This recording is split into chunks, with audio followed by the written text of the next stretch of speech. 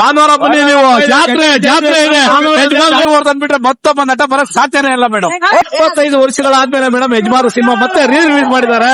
So ಎಲ್ಲ ನಾವು ವಿಷ್ಣುವರ್ಧನ್ ಅಭಿಮಾನಿಗಳಿಗೆ ಅಭಿನಂದನೆ ಸಲ್ಲಿಸ್ತೀನಿ. ಯಾಕೆ ಅಂದ್ರೆ ನೋಡಿ, ಯಾವ ಒಬ್ರು ಕಟೌಟ್ ಹಾಕಲ್ಲ ಈಗಿನ ಕಾಲದೊಳಗೆ.